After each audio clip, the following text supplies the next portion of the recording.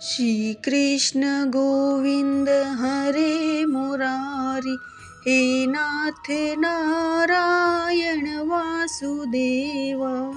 Hello friend, जय श्री कृष्णा। आप सबका मेरे चैनल पर हार्दिक स्वागत है। आज मैं आपको बृहस्पतिवार की व्रत कथा सुनाऊंगी। व्रत कथा चलिए सुनते हैं। भारतवर्ष में एक प्रतापी और दानी राजा राज्य करता था।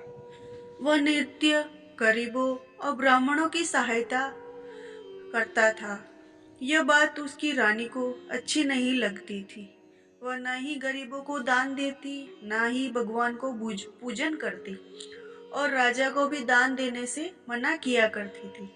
एक दिन राजा शिकार खेलने वन को गए हुए थे, तो रानी महल में अकेली थी।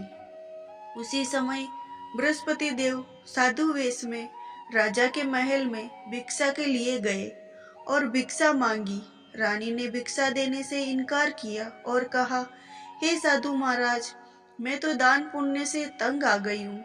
मेरा पति सारा धन लुटाते रहते हैं। मेरी इच्छा है कि हमारा धन नष्ट हो जाए, फिर न रहेगा बांस न बजेगी बांसुरी। साधु ने कहा, देवी, तुम तो बड़ी विचित्र हो। धन संतान तो सभी चाहते हैं, पुत्र और लक्ष्मी तो पापी के घर भी होनी चाहिए। यदि तुम्हारे पास अधिक धन है तो भूखों को भोजन दो, प्यासों के लिए प्याऊ बनवाओ, मुसाफिरों के लिए धर्मशालाएं खुलवाओ। जो निर्धन अपनी कुंवारी कन्याओं का विवाह नहीं कर सकते, उनका विवाह करा दो। ऐसे और कई काम हैं जिनके करने से तुम्हारा यश लोक परलोक में फैलेगा। परंतु रानी पर उपदेश का कोई प्रभाव न पड़ा। वह बोली, महाराज, आप मुझे कुछ न समझाए। मैं ऐसा धन नहीं चाहती जो हर जगह बांटती फिरूं। साधु ने उत्तर दिया, यदि तुम्हारी ऐसी इच्छा है तो तथास्तु। तुम ऐसा करना कि बृहस्पतिवार को घर लीपकर पीली मिट्टी से अपना सिर धोकर स्नान करना, भट्टी चढ़ाकर कपड़े धोना। ऐसा करने से आपका सारा धन नष्ट हो जाएगा। इतना कहकर वह साधु महाराज वहां से आलोप हो गए। साधु के अनुसार कई बातों को पूरा करते हुए रानी को केवल 3 बृहस्पतिवार ही बीते थे कि उसकी समस्त धन संपत्ति नष्ट हो गई। भोजन के लिए राजा का परिवार तरसने लगा। एक दिन राजा ने रानी से बोला, हे रानी, तुम यहीं रहो, मैं दूसरे देश को जाता हूँ, क्योंकि यहाँ पर सभी लोग मुझे जानते हैं, इसीलिए मैं कोई छोटा कार्य नहीं कर सकता। ऐसा कहकर राजा परदेश चला गया। वहाँ वह जंगल से लकड़ी काटकर लाता और शहर में बेचता। इस तरह वह अपना जीवन व्यतीत करने लगा। इधर राजा के परदेश जाते ही रानी और दासी दुखी रहने लगे। एक बार जब रानी और दासी को 7 दिन तक बिना भोजन के रहना पड़ा, तो रानी ने अपनी दासी से कहा, हे दासी, पास ही के नगर में मेरी बहन रहती है। वह बड़ी धनवान है। तू उसके पास जा और कुछ ले आ, ताकि थोड़ी बहुत गुजर बसर हो जाए। दासी रानी की बहन के पास गई। उस दिन गुरुवार था और रानी की बहन उस समय बृहस्पतिवार व्रत की कथा सुन रही थी। दासी ने रानी की बहन को अपनी रानी का संदेश दिया, लेकिन रानी की बड़ी बहन ने कोई उत्तर नहीं दिया। जब दासी को रानी की बहन से कोई उत्तर नहीं मिला तो बहुत दुखी हुई और उसे क्रोध भी आया। दासी ने वापस आकर रानी को सारी बात बता दी। सुनकर रानी ने अपने भाग्य को कोसा। उधर रानी की बहन ने सोचा कि मेरी बहन की दासी आई थी, परंतु मैं उससे नहीं बोली, इससे बहुत दुखी हुई होगी वो। कथा सुनकर और पूजन समाप्त करके वह अपनी बहन के घर आई और कहने लगी, हे बहन, मैं बृहस्पतिवार का व्रत कर रही थी। तुम्हारी दासी मेरे घर आई थी, परंतु जब तक कथा होती है तब तक न तो उठते हैं न ही बोलते हैं, इसीलिए मैं नहीं बोली। कहो दासी क्यों गई थी? रानी बोली, बहन, तुमसे क्या छिपाऊं? हमारे घर में खाने तक को अनाज नहीं था, ऐसा कहते।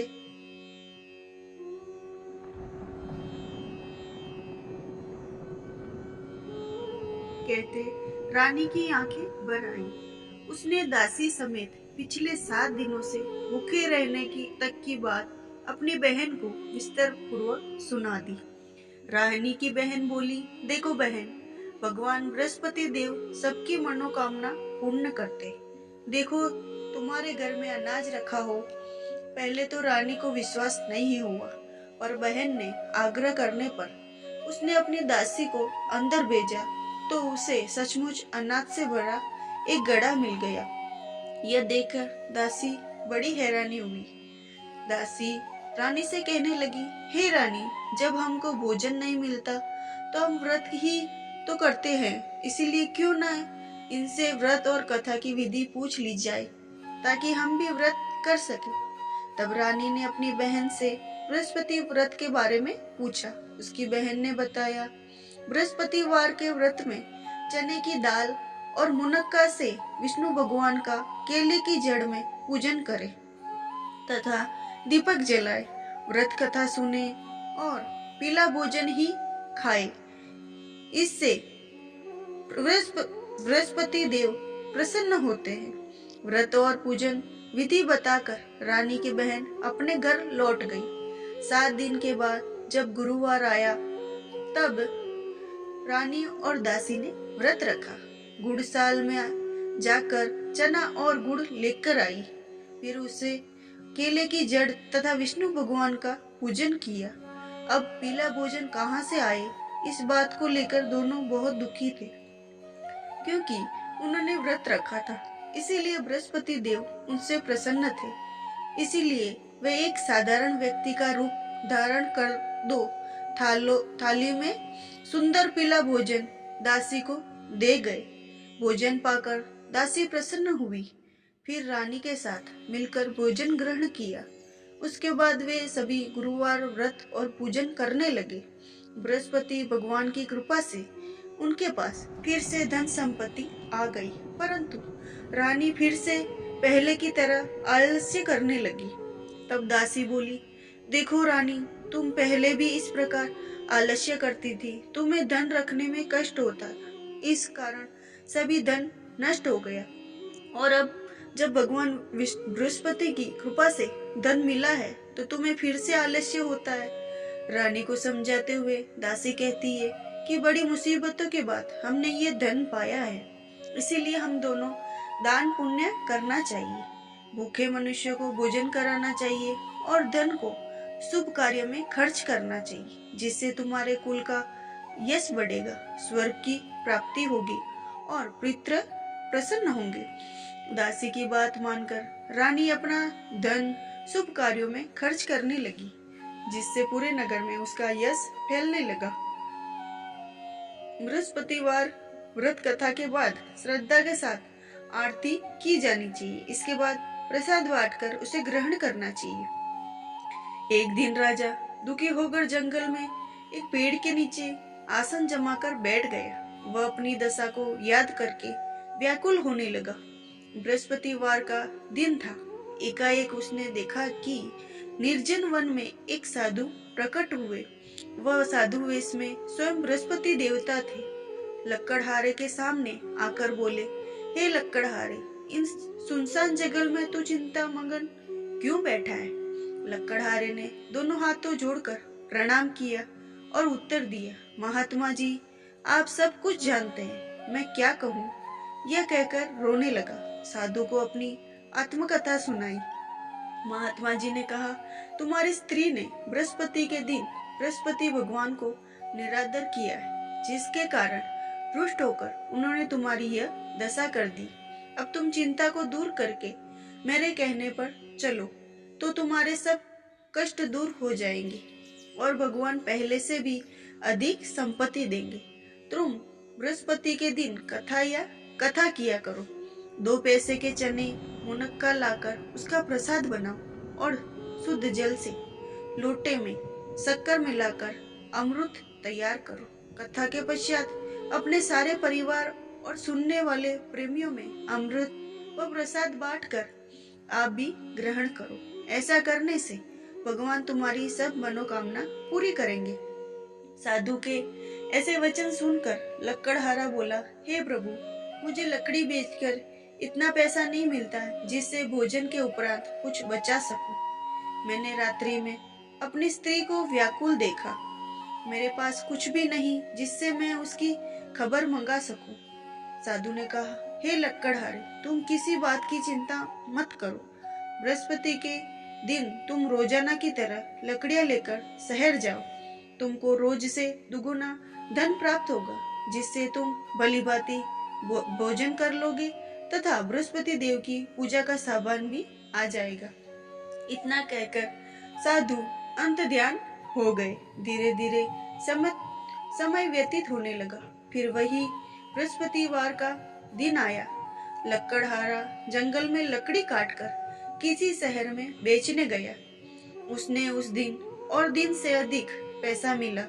राजा ने गुड़, चना आदि लाकर गुरुवार का व्रत किया। उस दिन से उसके सभी कलेश दूर हुए। परंतु जब दोबारा गुरुवार का दिन आया तो बृहस्पतिवार का व्रत करना भूल गया। इस कारण बृहस्पति भगवान नाराज हो गए। उस दिन उस नगर के राजा ने विशाल यज्ञ का आयोजन किया तथा शहर में यह घोषणा करा दी, कोई भी मनुष्य अपने घर में भोजन न बनावे, न आग जलावे। समस्त जनता मेरे यहाँ भोजन करने आवे। इस आज्ञा को जो न मानेगा उसे फांसी की सजा दी जाएगी। इस तरह घोषणा संपूर्ण नगर में करवा दी गई। राजा की आज्ञा अनुसार शहर के सभी लोग भोजन करने गए, लेकिन लक्कड़हारा कुछ देर से पहुंचा है, इसीलिए राजा उसको अपने साथ घर ले आए और ले जाकर भोजन करा रहे थे। तो रानी की दृष्टि उस खूंटी पर पड़ी जिस पर उसका हार लटका हुआ था। वहां पर दिखाई नहीं दिया। रानी ने निश्चय किया कि मेरा हार इस मनुष्य ने चुरा लिया है। उसी समय सिपाहियों को बुलाकर उसको कारागार में डलवा दिया।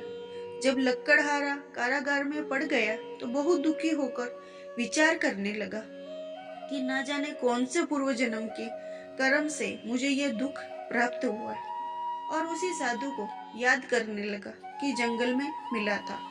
उसी समय तत्काल बृहस्पति देव साधु के रूप में प्रकट हुए। उसकी दशा को देखकर कहने लगे, अरे मूर्ख, तूने बृहस्पति देव की कथा नहीं करी, इस कारण तुझे यह दुख प्राप्त हुआ है। अब तू चिंता मत कर। बृहस्पतिवार के दिन कारागार के दरवाजे पर 4 पैसे पड़े मिलेंगे, उनसे तू बृहस्पति देव की पूजा करना, तेरे सभी कष्ट दूर हो जाएंगे।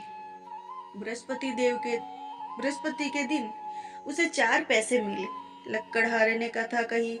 उसी रात्रि को बृहस्पति देव ने उस नगर के राजा को स्वप्न में कहा, हे राजा, तुमने जिस आदमी को कारागार में बंद कर दिया है वह निर्दोष है, वह राजा है, उसे छोड़ देना। रानी का हार उसी खूंटी पर लटका है। अगर तू ऐसा नहीं करेगा तो तेरे राज्य को नष्ट कर दूंगा। इस तरह रात्रि के स्वप्न को देखकर राजा प्रातःकाल उठा। खूंटी पर हार देखकर लक्कड़हारे को बुलाकर क्षमा मांगी तथा लक्कड़हारे को योग्य सुंदर वस्त्र आभूषण देकर विदा कर दिया। बृहस्पति देव की आज्ञा अनुसार लक्कड़हारा अपने नगर को चल दिया। राजा जब अपने नगर के निकट पहुंचा तो उससे बड़ा आश्चर्य हुआ। नगर में पहले से अधिक बाग, तालाब, कुएं, बहुत सी धर्मशाला, मंदिर आदि बन गए थे। राजा ने पूछा, यह किसका बाग और धर्मशाला है? तब नगर के सब लोग कहने लगे, ये सब रानी और बांदी के हैं। तो राजा ने आश्चर्य हुआ, गुस्सा भी आया। जब रानी ने यह खबर सुनी कि राजा आ रहे हैं तो उन्होंने बांदी से कहा कि हे दासी, देख, राजा हमको कितनी बुरी हालत में छोड़ गए थे। हमारी ऐसी हालत देखकर वो लौट न जाए, इसीलिए तू दरवाजे पर खड़ी हो जा। आज्ञा अनुसार दासी दरवाजे पर खड़ी हो गई। राजा आए तो उन्हें अपने साथ ले आए। तब राजा ने क्रोध करके अपनी रानी से पूछा कि यह धन तुम्हें कैसे प्राप्त हुआ? तब उन्होंने कहा, हमें यह सब धन बृहस्पति देव के इस व्रत के प्रभाव से प्राप्त हुआ। राजा ने निश्चय किया 7 रोज बाद तो सभी बृहस्पति देव का पूजन करते हैं, परंतु मैं प्रतिदिन 3 बार कहानी तथा रोज व्रत किया करूंगा। अब हर समय राजा ने दुपट्टे में चने की दाल बंधी रहती, दिन में 3 बार कहानी कहता। एक रोज राजा ने विचार किया कि चलो अपनी बहन के यहाँ हो आवे। इस तरह निश्चय कर राजा घोड़े पर सवार हो अपनी बहन के यहाँ को चलने लगा। मार्ग में उसने देखा कि एक आदमी एक मुर्दे को लिए जा रहे हैं। उन्हें रोककर राजा कहने लगे, अरे भाइयों, मेरी बृहस्पति देव की कथा सुन लो। वे बोले, लो, हमारा तो आदमी मर गया, इसको अपनी कथा की पड़ी है। परंतु कुछ आदमी बोले, अच्छा कहो, तुम्हारी कथा भी सुनेंगे। राजा ने दाल निकाली। जब कथा आधी हुई तो मुर्दा हिलने लग गया, और जब कथा समाप्त हो गई, राम राम करके मनुष्य उठकर खड़ा हो गया। आगे मार्ग में एक किसान खेत में हल चलाता मिला। राजा ने उसे देख उसे बोले, अरे भैया, तुम मेरी बृहस्पति की कथा सुन लो। किसान बोला, जब तक मैं तेरी कथा सुनूंगा तब तक 4 हरैया जोत लूंगा। जा अपनी कथा किसी और को सुनाना। इस तरह राजा आगे चलने लगा। राजा के हटते ही बैल पछाड़ खाकर गिर गए तथा किसान के पेट में बड़ी जोर का दर्द होने लगा। उस समय उसकी माँ रोटी लेकर आई। उसने जब देखा तो अपने पुत्र से सब हाल पूछा। बेटे ने सभी हाल कह दिया तो बुढ़िया दौड़ी दौड़ी उस घुड़सवार के पास गई और उससे बोली कि मैं तेरी कथा सुनूंगी, तू अपनी कथा मेरे खेत पर चलकर ही कहना। राजा ने बुढ़िया के खेत पर जाकर कथा कही, जिसके सुनते ही वह बैल उठकर खड़ा हो गया और किसान के पेट में दर्द भी बंद हो गया। राजा अपनी बहन के घर पहुंचा। बहन ने भाई की खूब मेहमानी करी। दूसरे रोज प्रातःकाल राजा जगा तो वह देखने लगा कि सब लोग भोजन कर रहे हैं। राजा ने अपनी बहन से कहा, ऐसा कोई मनुष्य है जिससे भोजन नहीं किया हो? मेरी बृहस्पतिवार की कथा सुन ले। बहन बोली, हे भैया, यह देश ऐसा ही है कि पहले यहाँ लोग भोजन करते, बाद में अन्य काम करते। अगर कोई पड़ोस में हो तो देखा हूँ। वह ऐसा कहकर देखने चली गई, परंतु उसे कोई ऐसा व्यक्ति नहीं मिला जिससे भोजन न किया हो। अंत वह एक कुमार के घर गई जिसका लड़का बीमार था। उसे मालूम हुआ कि उनके यहाँ 3 रोज से किसी ने भोजन नहीं किया है। रानी ने अपने भाई की कथा सुनने के लिए कुमार के कहा। वह तैयार हो गया। राजा ने जाकर बृहस्पतिवार की कथा कही, जिसको सुनकर लड़का ठीक हो गया। अब तो राजा की प्रशंसा होने लगी। एक रोज राजा अपनी बहन से कहा कि हे बहन, हम अपने घर जाएंगे, तुम भी तैयार हो जाओ। राजा की बहन ने अपनी सास से कहा। सास ने कहा, हाँ चली जा, परंतु अपने लड़कों को मत ले जाना, क्योंकि तेरे भाई की कोई औलाद नहीं है।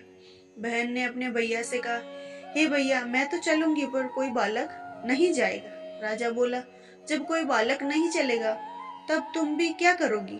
बड़े दुखी मन से राजा अपने नगर लौट आया। राजा ने अपनी रानी से कहा, हम निर्वंशी है, हमारा मुंह देखने का धर्म नहीं है और कुछ भोजन आदि नहीं किया। रानी बोली, हे प्रभु, बृहस्पति देव ने हमें सब कुछ दिया है, वह हमें औलाद अवश्य देंगे। उसी रात को बृहस्पति देव ने राजा के स्वप्न में कहा, हे राजा, उठ, सभी सोच त्याग दे, तेरी रानी गर्भ से है। राजा की ये बात सुनकर बड़ी खुशी हुई। 9वें महीने में उसके गर्भ से एक सुंदर पुत्र पैदा हुआ।